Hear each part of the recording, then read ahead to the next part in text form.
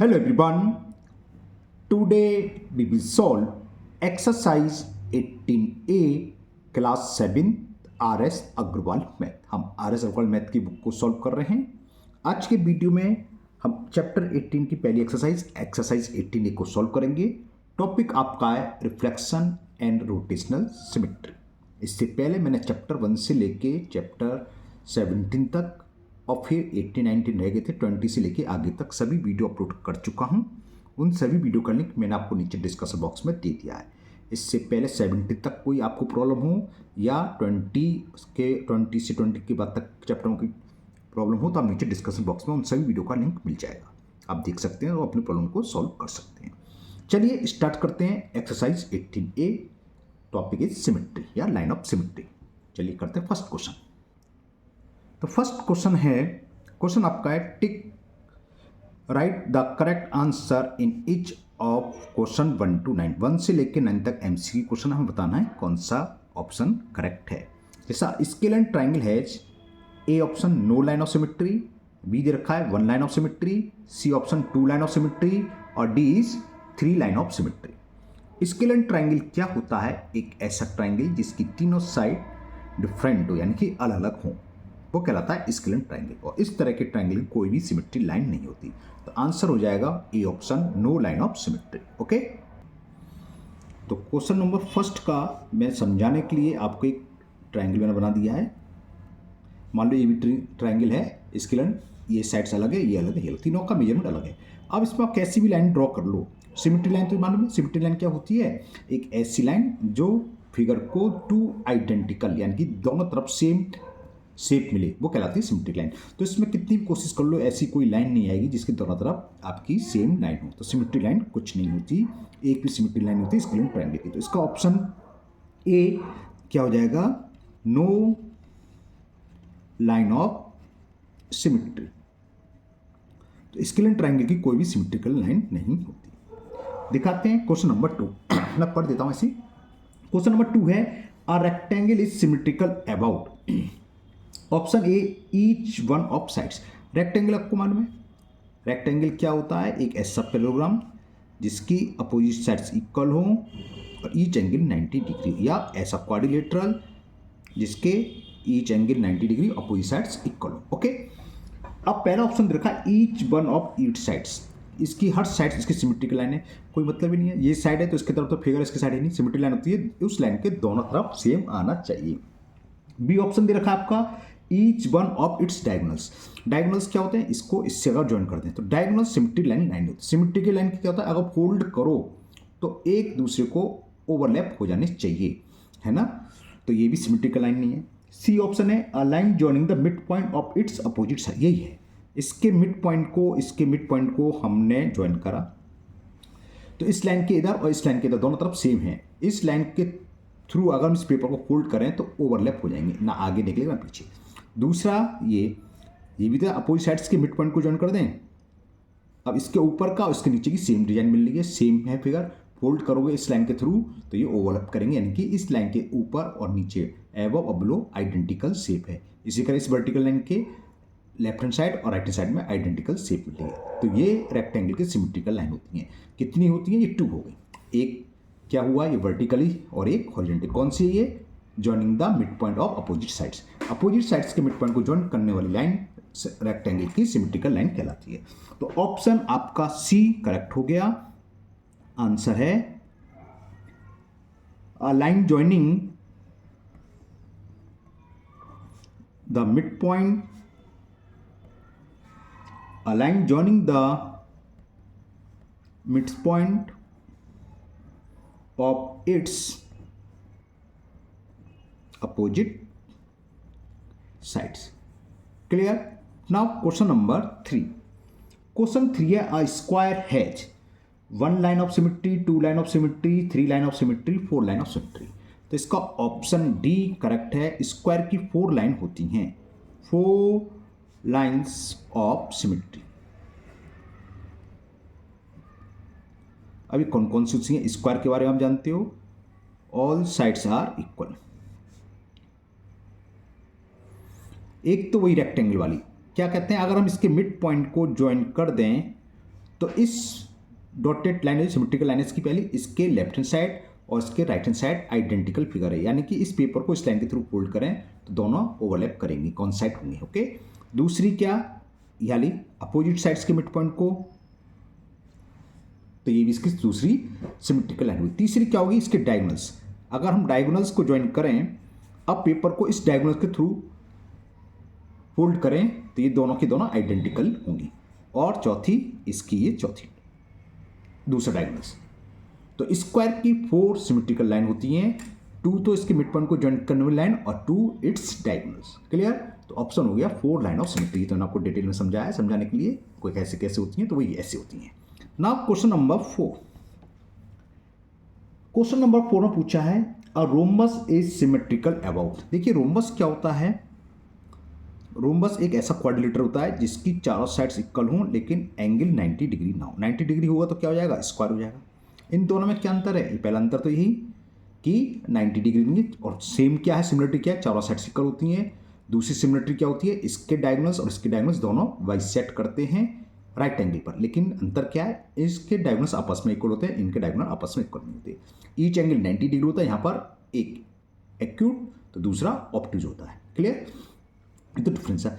अब बात आ रही है कि रोम्बस की कितनी सिमेट्रिकल लाइन होती हैं। तो क्या होता है, इसके डायगोनल्स जो होते हैं इसकी सिमेट्रिकल लाइन होती है। इस लाइन को थ्रू इस पेपर को फोल्ड करें तो दोनों कॉन्साइड होंगे और एक दूसरा डायगोनल्स। तो अगर पूछता how many lines of symmetry rhombus है तो आंसर हो जाता 2। अब देखते हैं ऑप्शन में क्या क्या दे रखा है। रोम्बस इज सिमेट्रिकल अबाउट, किसके सिमेट्रिकल अबाउट होता है, तो क्या लिखेंगे, डायगोनल्स। तो देखते हैं कौन सा ऑप्शन है। पहला ऑप्शन दे रहा है the line joining the mid point of its opposite sides, गलत है, ये स्क्वायर की होती है और रोम्बस क्या कहते हैं, रेक्टेंगल की होती है। दूसरा ईच ऑफ इट्स डायगोनल्स, ये हो गए इसके डायगोनल से इसकी सिमेट्रिकल लाइन होती है। तो आंसर हो गया इसका option B is the correct option, each of its diagonals. Clear? Now question number 5। Circle has, पहला ऑप्शन दे रखा है नो लाइन ऑफ सिमेट्री, दूसरा ऑप्शन दे रखा है 1 लाइन ऑफ सिमेट्री, तीसरा दे रखा है 2 लाइन ऑफ सिमेट्री, और डी लास्ट दे रखा है an unlimited number of line of symmetry. अब पहले हम सर्किल के बारे में बता देते हैं। सर्किल क्या होता है, सर्किल के बारे में सबको मालूम है। सर्किल एक क्लोज फिगर होती है। वैसे सर्किल की डेफिनेशन होता है collection of all points from a fix point at equal distance, मतलब फिक्स पॉइंट से इक्वल डिस्टेंस पर जितने भी पॉइंट हैं उन सबका कलेक्शन कहलाता है सर्किल। फिक्स पॉइंट कहलाता है सेंटर। चलिए ये बात तो लग रही है, अभी बात चलिए सर्किल की। अब सर्किल की सिमेट्री लाइन होती क्या है, इसका डायमीटर होता है। डायमीटर के लेफ्ट हैंड साइड और डायमीटर जो मैंने लिखा है, डायमीटर तो बहुत सारे होते हैं, इस फिगर से लेफ्ट हैंड साइड और राइट हैंड साइड की शेप क्या है, आइडेंटिकल है ना। ये देखने में इधर ज़्यादा लग रही है लेकिन मैंने हाथ से बनाया ऐसा। अब जितने डायमीटर होंगे उतनी उसकी सिमेट्रिकल लाइन होगी। सर्किल में कितने डायमीटर, एक नहीं, एक और है शायद, 2 है ना, 2 नहीं, एक और दिमाग में आता है, 3 नहीं, बहुत हैं। सर्किल में क्या होते हैं, इस तरीके से इनफाइनाइट डायमीटर होते हैं और ईच डायमीटर क्या है, इसकी सिमेट्रिकल लाइन। कितने भी डायमीटर ड्रॉ कर लो आप, मैन इनफाइनाइट डायमीटर होते हैं, तो all are its symmetrical line. तो ऑप्शन डी हो जाएगा इसका करेक्ट आंसर। एन अनलिमिटेड या मैनी इनफाइनाइट कुछ भी लिखा हो सकता है, यहाँ अनलिमिटेड लिख रहा है तो अनलिमिटेड लिख लो भैया, जो भी दे रखा मैं। An unlimited number of line of symmetry.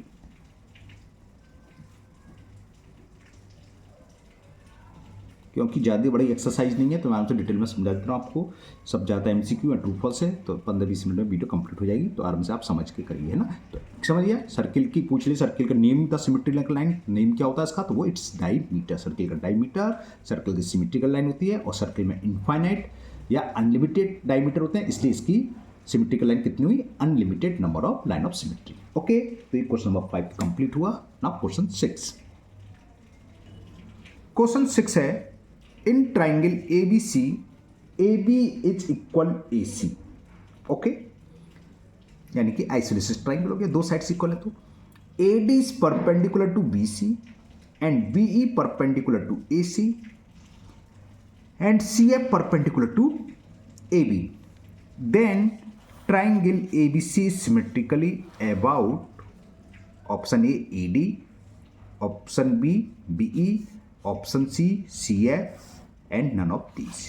अब मैं इसकी फिगर बनाऊंगा तब आपके समझ में आएगा कि क्वेश्चन में क्या दे रखा है और क्या पूछ रहा है। क्वेश्चन नंबर 6 ये था, एक ट्राइंगल है, रुक गया मैं कि कर्व आ गया इसमें, स्ट्रेट आना चाहिए, अलग सुनाता हूं। एक मैंने ट्राइंगल बना लिया ABC, ये साइड्स इसके इक्वल है ABC, यानी कि आइसोलेटेड ट्राइंगल हो गया। देखो आइसोलेटेड ट्राइंगल में सिमेट्रिकल लाइन क्या होती है, जो दो साइड्स को ज्वाइन करने वाला एंगल है इसको इससे परपेंडिकुलर डाल दें, वो इसकी सिमेट्रिकल लाइन होती है। तो ए से जो भी परपेंडिकुलर पड़ रहा होगा AD है तो AD आंसर हो जाएगा। लेकिन मैं आपको पूरा फिगर ड्रॉ कर देता हूँ। क्या क्या दे रखा था इसमें, AB = AC और कह रहा है AD perpendicular to BC। A से BC पर हमने परपेंडिकुलर डाला, ये AD परपेंडिकुलर क्या होता है, इसको इक्वल पार्ट्स में डिवाइड करता है आइसोलेशन वर्टेक्स एंगल का। तो देखो ये इसके इक्वल जब फोल्ड करोगे तो दोनों ट्राइंगल जो मिलने कॉन्साइड हैं, यानी कि आइडेंटिकल हैं। अगर फोल्ड करेंगे एक ऊपर एक आ जाएंगे तो ये सिमेट्रिकल लाइन होगी। AD is the symmetrical line और आइसोलेशन में एक ही सिमेट्रिकल लाइन होता है। आंसर तो यही हो गया। अब ऐसे क्या कह रहा है देखते हैं। और आगे कह रहा था और कि CF परपेंडिकुलर टू AF और BE perpendicular to AC। B से इस पर हमने परपेंडिकुलर डाला BE और C से इस पर परपेंडिकुलर डाला CF। तो सिमेट्रिकल लाइन कौन सी होती है, सीधे से वर्टेक्स एंगल से मतलब क्या था, दो जो इक्वल साइड्स हैं आइसोलेशन में उन दोनों को ज्वाइन करने वाला एंगल बनता है जो, वो वर्टेक्स एंगल का था। इससे सामने वाली जो परपेंडिकुलर डालेंगे वो उसकी सिमेट्रिकल लाइन होती है। तो आंसर हो गया AD। ये पूछ रहा था कौन सी सिमेट्रिकल लाइन है, तो आंसर इज AD। ओके, तो ये क्वेश्चन 6 कंप्लीट हुआ। क्वेश्चन नंबर 7 में हमें एक फिगर दे रखी है काइट शेप। अभी मैं आपको दिखाऊंगा फिगर। काइट शेप क्या होती है, इस तरह का एडजेसेंट साइड्स आपस में इक्वल होती हैं, लेकिन ये चारों आपस में इक्वल नहीं होती है ना। ये वाली साइड इसके इक्वल और ये वाली साइड इसके इक्वल, और इसकी नेमिंग दे रखी है ABCD। चलो फिगर दिखाई देता हूं आपको। तो ये है ABCD is a kite in which AB = AD and BC = DC देखा है। The kite is symmetrical about the diagonals AC। ये इसका आंसर हो गया। देखो जो लॉन्ग डायगोनल्स होता है ये क्या आता है, लॉन्गेस्ट और ये स्मॉलेस्ट। सीधी सी बात है, जो तो अलग अलग साइड्स हैं, मतलब वन डैश सिंगल डैश वाले आपस में इक्वल हैं।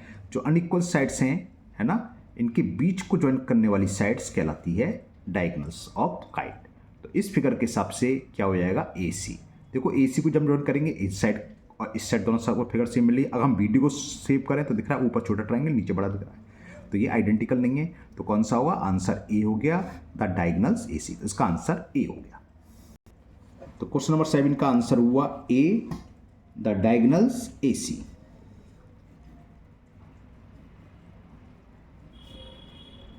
है ना। तो ये अगर मैं ज्वाइन करूं तो ये डॉटेड लाइन इस काइट शेप की सिमेट्रिकल लाइन है। क्वेश्चन नंबर 8 ये पूछा, the letter O of the English alphabet has no line of symmetry, one line of symmetry, two line of symmetry, none of these. Option A में no line of symmetry, यानी कि कोई भी symmetrical line नहीं होती। One line of symmetry एक होती है, two line of symmetry, none of these. जब हम इसको पढ़ते हैं, सवाल देते हैं, तो अक्सर स्टूडेंट्स मिस्टेक कर देते हैं और लिखे आते हैं इनफाइनाइट। देखो वो इस तरीके से होता है, जीरो नहीं है, ये सर्किल नहीं है। सर्किल की इनफाइनाइट होती है, इसमें दो ही सिमेट्रिकल लाइन होंगी, एक ये वर्टिकली और इसके मिड पॉइंट को अगर ज्वाइन कर दें तो एक हॉरिजेंटली। तो इंग्लिश अल्फाबेट या लेटर O क्या होगा, has only two line of symmetry, जो कि हमें ऑप्शन C में दे रखा है। तो इसका आंसर ऑप्शन C हो गया, two line of symmetry, two lines of symmetry. Clear. Now question number 9, the letter Z। English में कई अल्फाबेट ऐसे हैं जिनकी कोई भी सिमेट्रिकल लाइन नहीं होती। किसी में 1 होती है, किसी में 2 होती है, ठीक है ना, और किसी में एक भी नहीं होती, जिसमें से एक अल्फाबेट आपको नजर आ रहा है Z। तो पूछा है फर्स्ट ऑप्शन A इसका करेक्ट हो गया, लिख रहा है नो लाइन ऑफ सिमेट्री। तो ये इसका आंसर है, नो लाइन ऑफ सिमेट्री। क्यों है? इसमें किसी भी तरीके से आप डॉट डॉट लाइन कर लो तो ऊपर इधर जा रहा है, इधर जा रहा है, कैसे भी ड्रॉ कर लो तो दोनों तरफ सेम यानी कि आइडेंटिकल शेप नहीं मिलेगी। तो Z has no line of symmetry. Okay, तो ये क्वेश्चन नंबर 9 कंप्लीट हुआ। चलिए करते हैं क्वेश्चन 10। क्वेश्चन नंबर 10 है, ड्रॉ द लाइन और लाइन। इसका मतलब अगर एक लाइन है तो खाली एक ड्रॉ कर दो, किसी फिगर के दो हैं तो दो, तीन या जो है ना। तो ड्रॉ द लाइन और lines of symmetry of each of the following figure. इसमें हमें 4 फिगर दे रखी हैं, 1 2 3 एंड 4। इन सारों की जितनी भी सिमेट्रिकल लाइन है उसको ड्रॉ करना है। कैसे ड्रॉ करेंगे बताते हैं। तो फर्स्ट फिगर हमें ये गिवन है, एक क्वाड्रेंट है, इसको हम क्वाड्रेंट बोलते हैं, सर्किल का 1/4 पार्ट। ये यहाँ से यहाँ तक और यहाँ से यहाँ तक इसकी डिस्टेंस सेम होती है। तो क्या होगा, क्वाड्रेंट का एंगल होता है 90 डिग्री, है ना। तो इसके बीच का यानी कि 45 डिग्री एंगल बनाती हुई एक लाइन ड्रॉ कर दो, डॉट डॉट डॉट लाइन। तो ये इसकी सिमेट्रिकल लाइन हो गई। पीछे आप बढ़ाना चाहें बढ़ा दें, नहीं बढ़ाना चाहें नहीं बढ़ाए, आपकी मर्जी है, ठीक है ना। तो इस लाइन पर आप 45 डिग्री का एंगल बनाते हुए लाइन ड्रॉ कर देना, वो इसका क्या कहलाएगी, सिमेट्रिकल लाइन। तो फर्स्ट पार्ट हो गया, पर ड्रॉइंग तो करनी थी। अब दिखाते हैं इसका सेकंड पार्ट। सेकंड पार्ट में हमें ये फिगर दे रखी है। तो इस लाइन का मिड पॉइंट को इस वर्टेक्स से आप ज्वाइन कर दो, ये इसकी सिमेट्रिकल लाइन हो गई। बस हमें इतना ही काम करना है। इस लाइन के एबव और इस डॉटेड लाइन के बिलो दोनों तरफ हमें क्या है, आइडेंटिकल शेप, ये बिल्कुल एक सी डिजाइन एक सी शेप मिल रही है, इसलिए डॉट डॉट लाइन कहलाएगी इसकी सिमेट्रिकल लाइन। तीसरा भी सेम इसी तरह का है, बस इसमें एक एरो बना दिया है। तो इसकी भी आप सिमेट्री लाइन, मुझे मालूम है ये सब आप कर सकते हो, आराम से कर भी लिए होंगे आपने, लेकिन हम कर रहे हैं तो सारे क्वेश्चन करेंगे। इसको आप डॉट डॉट करके ज्वाइन कर दो, तो ये थर्ड पार्ट की सिमेट्रिकल लाइन हो गई। नाउ फोर्थ पार्ट में हमें रेड क्रॉस का सिंबल दे रखा है, बनाता हूं, फिर उसकी सिमेट्रिकल लाइन ड्रॉ करते हैं। फोर्थ फिगर हमें ये दे रखी है। तो देखो क्या करो, इसके और इस दोनों के मिड पॉइंट को आप डॉट डॉट लाइन करके ज्वाइन कर दो, तो एक सिमेट्रिकल लाइन तो इसकी हो गई। इसी तरह इसका और इसका मिड पॉइंट को आप ज्वाइन कर दो, तो दूसरी सिमेट्रिकल लाइन हमारी ये आ गई, ये इसकी सिमेट्रिकल लाइन हो गई। क्या कोई और भी पॉसिबिलिटी है क्या?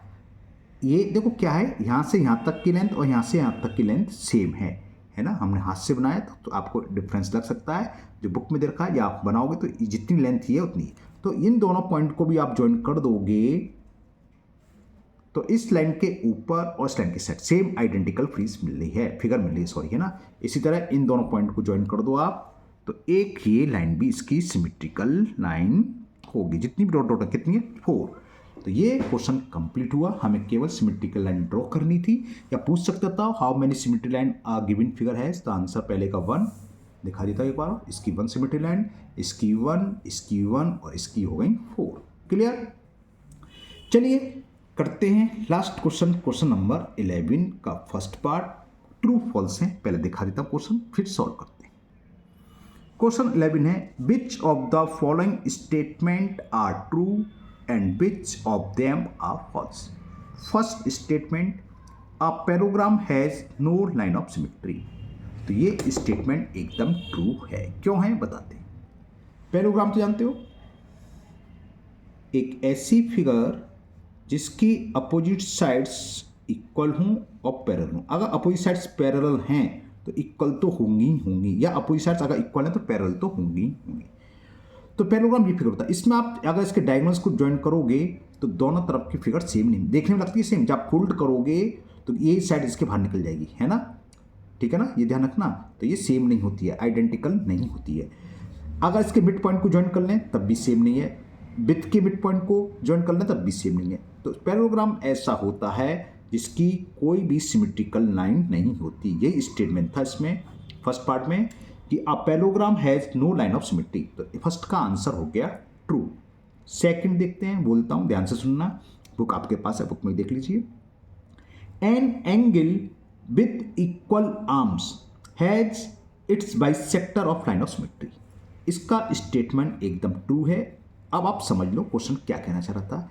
ये कह रहा है एक एंगल है जिसके आर्म्स इक्वल है, यानी कि यहाँ से यहाँ तक की सपोज, चलो मैं समझाने के लिए नेमिंग कर दिया, ए ओ बी है, जितनी ए है उतनी ही बी है। तो कह रहा है इस एंगल का वाई सेक्टर इस लाइन की सिमेट्री होगी, बिल्कुल ठीक है। इस लाइन के ऊपर की फिगर और इस लाइन के नीचे की फिगर सेम है। वाई सेक्टर मतलब दो इक्वल पार्ट्स। अब मान लो अगर 30 डिग्री था, ऊपर से 15 बचा, नीचे 50। अगर 60 था, ऊपर 30 बचा, ये भी 30। ये लाइन दोनों को मैंने, ये भी सेम है, ये भी सेम है। ओवरलैप करोगे तो, सॉरी, इस लाइन के थ्रू फोल्ड करो तो ओवरलैप करोगे। This statement is true. Clear? Now third part, N equilateral triangle has 3 line of symmetry. ये भी बिल्कुल ठीक है, ट्रू है। This statement is also true. Equilateral triangle तो सब जानते हो, एक ऐसा ट्राइंगल जिसकी तीनों साइड्स इक्वल हों और एंगल के रूप में बोला था जिसके ईच एंगल की वैल्यू 60 डिग्री। इसकी सिमेट्री लाइन 3 होती हैं। क्या होता है, इसके मीडियन को ज्वाइन कर दें तो देखो इधर की शेप सेम है क्योंकि तीनों साइड सेम है, और इसका वर्टेक्स करेंगे ये इक्वल डिवाइड करता है, ये भी इक्वल, और ईच एंगल 60 डिग्री है। तो इसी तरह दूसरी ये, इस दूसरा मीडियन और तीसरा मीडियन। तो इक्विलेटरल ट्राइंगल में 3 सिमेट्रिकल लाइन होती हैं और वो इसकी मीडियन कहलाती हैं। और ये कह रहा था कि an equilateral triangle has 3 line of symmetry, तो this statement is true. Video लंबी हो गई समझाने के चक्कर में, लेकिन कोई प्रॉब्लम नहीं है, आपको समझ में आना चाहिए। Fourth part, a rhombus has 4 line of symmetry. ये ऊपर आया था, हमने समझाया था, ये फॉल्स है। रोम्बस में केवल इसके डायगोनल सिमेट्रिकल लाइन होते हैं और रोम्बस में 2 ही डायगोनल्स होते हैं। तो रोम्बस की 4 नहीं, 4 किसकी होती है, स्क्वायर की। जबकि ये कह रहा है rhombus has 4 line of symmetry, तो answer is, this statement is false, क्योंकि रोम्बस में सिर्फ 2 लाइन ऑफ सिमेट्री होती है, ना कि 4। तो ये 4 का आंसर हो गया फॉल्स। फिफ्थ है, अ square has 4 line of symmetry, this statement is true. अभी हमने समझाया था स्क्वायर के बारे में, दोबारा समझ लो। स्क्वायर की 4 लाइन ऑफ सिमेट्री क्या होती हैं, एक तो अपोजिट साइड्स के मिड पॉइंट को ज्वाइन करने वाली एक ही हो गई, एक ये, और 2 इसके डायगोनल्स, तीसरी ये और चौथी इसने, तो 4 ही होती हैं। 4 ही कह रहा था इस स्टेटमेंट में कि a square has 4 line of symmetry, तो statement is true. 6th part, a rectangle has 2 line of symmetry, this statement is also true. Rectangle की कौन कौन सी सिमेट्रिकल लाइन होती हैं, अपोजिट साइड्स के मिड पॉइंट को ज्वाइन करने वाली। ये मिड पॉइंट को ज्वाइन कर लें तो देखो इस लाइन के लेफ्ट और इस लाइन के राइट दोनों तरफ आइडेंटिकल फिगर है। दूसरी, विथ के मिड पॉइंट को ज्वाइन कर लें तो इस डॉटेड लाइन के अबव और बिलो आइडेंटिकल फिगर है, तो 2 ही लाइन ऑफ सिमेट्री हुई। ये कह रहा था कि rectangle has 2 line of symmetry, तो स्टेटमेंट इज ट्रू।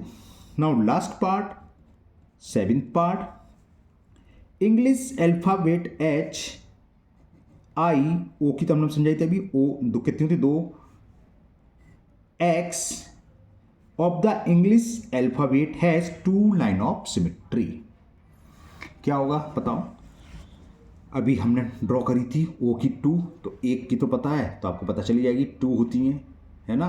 और देखो उसकी वैसे कौन सी होती हैं, एक ये, एक ये, एक ये, एक ये। आई ये ऐसा होना है, आई को अगर मैं समझाने के लिए ऐसे बना देता हूँ तो आपको समझ में आएगा। आई ये है तो एक तो इसके वर्टिकली और ये। इसी तरह मैं एच को आपको समझाने के लिए अलग का तरीका से एच बना देता हूँ, ये भी तो एच है ना, थोड़ा सा बनाओगे तो एक सिमेट्रिकल लाइन ये। तो इन सभी अल्फाबेट की 2 ही सिमेट्रिकल लाइन होते हैं। यही कह रहा था, each one of the letter HIOX of English alphabet has 2 line of symmetry, this statement is true. Okay, इसी के साथ आपकी एक्सरसाइज 18A कंप्लीट हो गई। कल मैं 18B की वीडियो अपलोड करूंगा। मुझे उम्मीद है 18A आपको बहुत अच्छे से समझ में आ गई होगी।